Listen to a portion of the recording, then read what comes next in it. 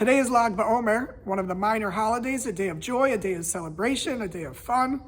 But if you look at the origin of the Lag BaOmer custom, it's surprising that this became a day of joy. The Talmud tells us that Rabbi Akiva, one of the great rabbis from the era of the Mishnah, had 24,000 students. And unfortunately, tragically, there was a plague, and all 24,000 students passed away between the time of Passover and Lag BaOmer. Came Lag BaOmer and nobody passed away. Doesn't really seem like a cause of celebration.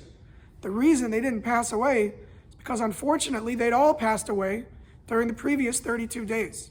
So why is it that Lag BaOmer became a day of celebration as Rabbi Akiva stood there in an empty classroom?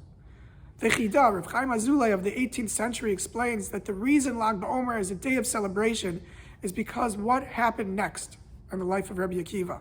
The Talmud tells us that Rabbi Akiva searched for 5 more students. He taught Torah, he taught the tradition to these 5 students, and through these 5 students, the entire oral law, the entire traditions of the Mishnah was able to be passed along to the next generation, and the chain would continue to this very day. And says the Chida, those 5 students were ordained today on Lag BaOmer. Lag BaOmer is the end of the death and the end of the era of those students who passed away, but also a new beginning. When Rabbi Akiva realized he needed to plow forward, he needed to look towards the future.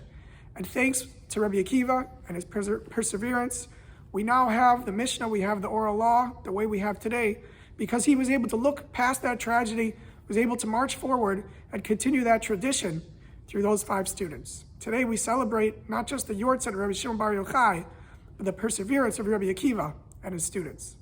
As always, I wish you all a wonderful Shabbos.